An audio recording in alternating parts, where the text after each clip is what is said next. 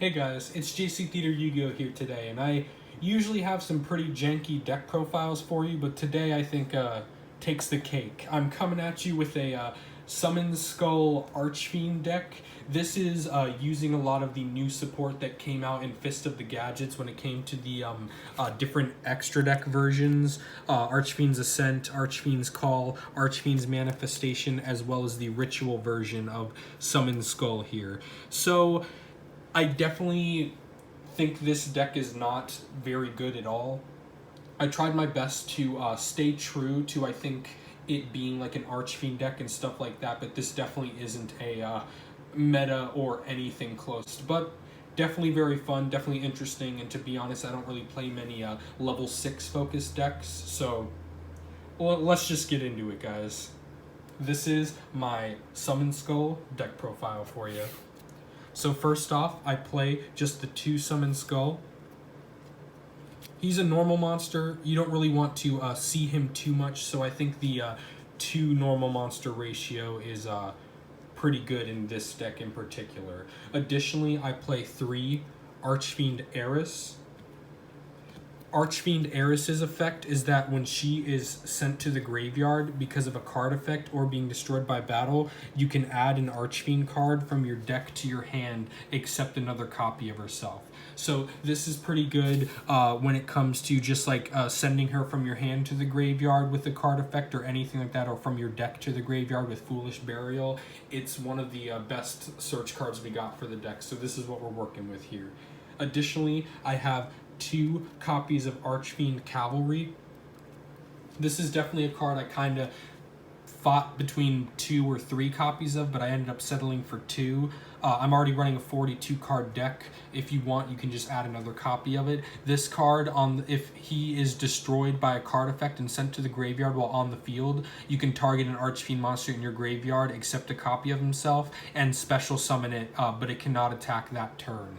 This is actually pretty good. I tried to run some cards that specifically destroyed cards by card effect in order to get some of the Archfiend effects off. Additionally, I play 3 Archfiend Giant. Archfiend Giant's effect: if this face-up card on the field would be destroyed by a card effect again, you can pay 500 life points instead. And this effect can only be used once while he's face up on the field. And if he's destroyed by a card effect and sent to the graveyard, like you don't protect him, you can special summon 1 Archfiend monster from your hand. So that's a way to get Summon Skull on the field, or Archfiend Heiress, or any other Archfiend that you want to see on the field. Additionally, I play Archfiend Commander. Archfiend Commander has the effect where if you control an Archfiend card, you can special summon him out from your hand, but it cannot attack that turn, and you can only special summon him once per turn that way. When special summoned that way, you can have to target 1 Archfiend card you control and destroy that target. And when he is tribute summoned, you can target 1 level 6 Archfiend monster in your graveyard and special summon that target in face-up defense position. So this actually is one of the better cards in the deck by kind of a lot when it comes to Archfiend support. Basically, you have Heiress on the field, you have Cavalry on the field, or you have Giant on the field. You can special summon Commander out onto the field and then destroy that other Archfiend card, not only getting that Archfiend's effect off, but still having a body on board. Additionally, Commander, if you tribute summon him, he brings another level 6 on the field, which helps with your Xyz plays. It's not the quickest way to do things, but it's definitely in the archetype, so I can appreciate it. The final Archfiend main deck monster of the deck is 2 Archfiend's Awakening, which is the ritual monster, the newly retrained ritual monster that you can only ritual summon him with Contract of the Abyss, which of course we're running in the deck. This card's name is Summon Skull on the field, but is still treated as an Archfiend card because of weird naming conventions. Look at my video if you want to know more about that. He cannot be destroyed by battle, except by battle with a ritual monster, and cannot be destroyed by monster effects except by the effects of ritual monsters. And if this ritual summon card you control is sent to your graveyard by opponent's card, whether it's effect or battle, you can special summon one Summon Skull from your hand, deck, or graveyard.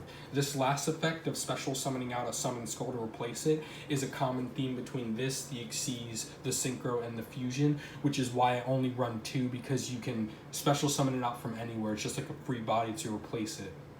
Ultimately, this is actually quite a solid card because he basically says no to being like touched or affected by monsters other than rituals, which usually you aren't fighting many rituals, so this is actually kind of a decent effect on this guy. Since we're running some higher level dark monsters, I am playing the 1 Dark Grepher. Additionally, for just a free body on board to kind of maybe be able to tribute Archfiend Commander and stuff, I'm playing 1 Juragetto. And then because we do have some level 4s in the deck, and sadly for some reason Archfiend's Call, which is the Synchro monster, that is level 6, which makes sense, but because of that you can't like Synchro summon using a level 6, you need like a level 5 or lower and then a tuner. So Archfiend Cavalry plus one of the 2 Plague Spreader Zombies equals Archfiend Call, so that's why I'm running Plague Spreader Zombie in this deck.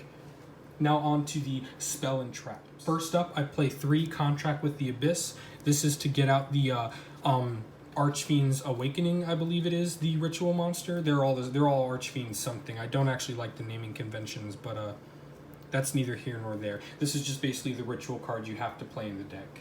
Next up, for the other Archfiend support is 2 Falling Down. This is basically an equip card you equip to your opponent, and you get to take control of that monster as long as you have an Archfiend on your field. And you have to like pay life points every turn, but as we know in 2019, and as we know the reason Snatch Steal is banned is because you basically link away that monster or use that monster for some other extra deck mechanics. So definitely Falling Down I actually really like in this deck. It helps get rid of problem monsters as well a little bit. Additionally, I play 3 Archfiend Palabyrinth. Archfiend Palabyrinth is the field spell of the deck, and all Fiend monsters you control gain 500 attack, which all the cards in this deck are Fiend monsters, other than like the Plague Spreader Zombie and some of the support cards, but all the Archfiends, I should say, are Fiend monsters. You can target 1 Archfiend monster you control and banish 1 other Fiend monster you control, and if you do, special summon from your hand, deck, or graveyard 1 Archfiend monster with the same level as the targeted monster. So basically what this means is, say I have, for some reason, a Plague Spreader on the field and a Archfiend Commander on the field. I can get rid of that Plague Spreader Zombie in order to bring out an Archfiend Giant onto the field, so that way I have 2 level 6s to go into the Xyz play, or just have 2 monsters on board that have some pretty decent attack, especially since Palabyrinth is increasing their attack by 500. Next up, I play 1 Monster Reborn, because we need all the field's presence we can get, 1 Foolish Burial, specifically for Eris, and then also for some draw, I have 3 Celestial Observatory, since we are playing quite a few level 6 monsters in the deck, as well as 3 Allure of Darkness, since I believe all of the monsters in the main deck are Dark Attribute. Finally, my Spicy Tech. Just in case you weren't keeping track, we do have a Fusion Archfiend monster as well, in the form of Archfiend's Manifestation. And so for this, I actually use Rapid Trigger. Like I said, I'm trying to get those Archfiend effects off when they're destroyed, so Rapid Trigger is a quick play fusion card that you can fusion summon 1 fusion monster from your extra deck by destroying fusion monsters listed on it from your field, but you only attack, that monster can only attack special summon monsters from the extra deck, and also it's unaffected by activated effects from any other monster special summon from the extra deck. Ultimately though, even though it's locked into attacking and like basically fighting extra deck monsters, I really like this because, like I said, it's purely just a cheesy way to get those effects off from the Archfiends that get effects from being destroyed. And it's a quick play, so that comes in handy. I am not playing it in this deck because, long story short, my package that has dual Devastator, aka that has super polymerizations in it, hasn't arrived at the time of me recording this, I definitely would recommend super polymerization in this deck for sure. I would take out maybe 2 of the rapid triggers, or just mess around with honestly taking out like the 2 plague spreaders and just getting rid of the synchro in the deck or something like that. I definitely think a deck dedicated to all the summoning mechanics isn't too good. If you want to focus more on the fusion variant, I think that's the way to go with Archfiends. But long story short, sorry to go on that tangent a little bit, but super polymerization is definitely good in the deck, and I highly recommend playing that and playing a more focused build if you want a fusion focused build, if you want to actually get some results with this. The final 3 cards in the deck are 3 Torrential Tribute, the only 3 trap cards, and that's purely so that way we can destroy our own monsters to get some effects off there as well. Now on to that amazing extra deck for you guys. So for the extra deck, I play the 1 Wee Witch's Apprentice, 1 Master King Archfiend, which is actually an Archfiend card, which is kind of interesting with some decent arrows. His effect is kind of gimmicky, but for the most part, he's just there for the arrows, and he's an Archfiend. And another Archfiend, Link Mail Archfiend, which is actually interesting because he requires 2+ monsters, including a Ritual Fusion, Synchro, or Xyz monster, which is definitely almost part of this deck because we are playing the different summoning mechanics. So Link Mail definitely actually is one of the few decks he kind of fits into a little bit. On to the Synchro monsters, we're playing 2 Archfiend Ascent. Now he takes 2 level 6 monsters, and Archfiend Ascent is Summon Skull while on the field, but of course also an Archfiend card, and if Summon Skulls you control would be destroyed by battle or card effects, you can detach a material from him instead.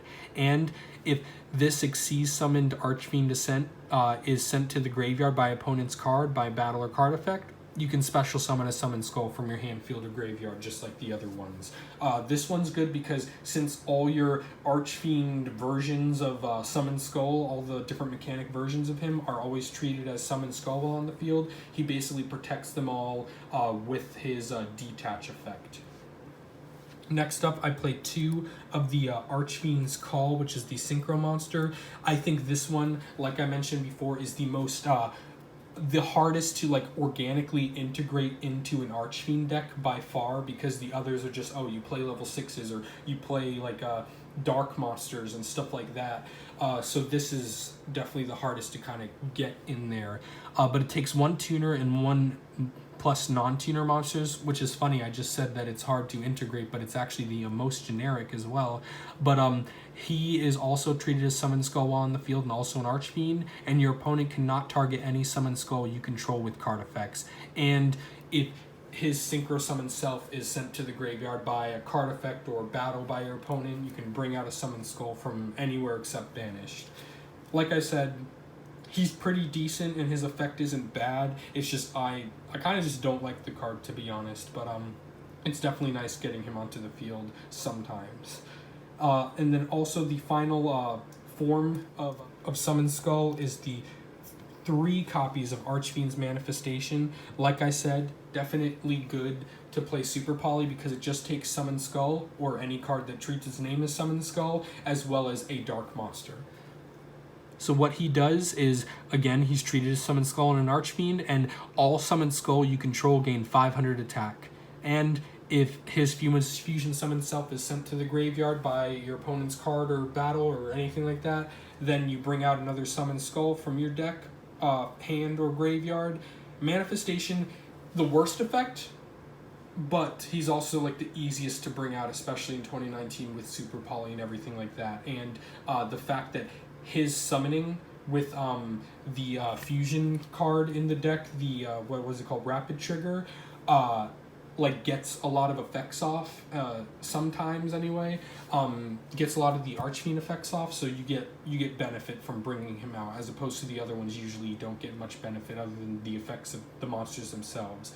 Finally, I'm running the 1 Starving Venom Fusion Dragon.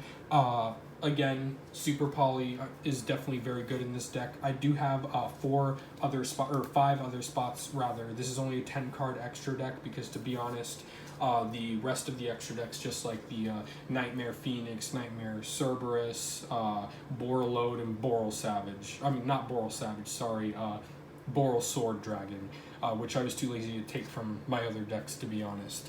Ultimately, though, this deck is kind of fun. Like I said, the biggest recommendation I would have is to maybe make it like a weird, almost reliant on super polymerization and just go hard against like dark decks or something like that.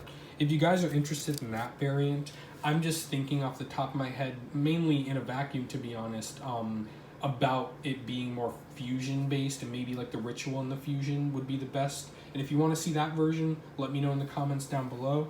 If you have any critiques for this, if you're an Archfiend expert or you see any glaring flaws with the deck, please let me know as well. I'm always up to criticism. I make deck profiles every week, so obviously I'm not the best with knowing everything about a deck profile, so I'm always open to any critiques so that way I can get better and better at giving you guys these profiles. Thank you so much for watching, guys. I'm JC Theater Yu-Gi-Oh! And I appreciate you guys so much. Please like and subscribe and all that good stuff for me. It really helps me out as a YouTuber. Thank you so much. See ya.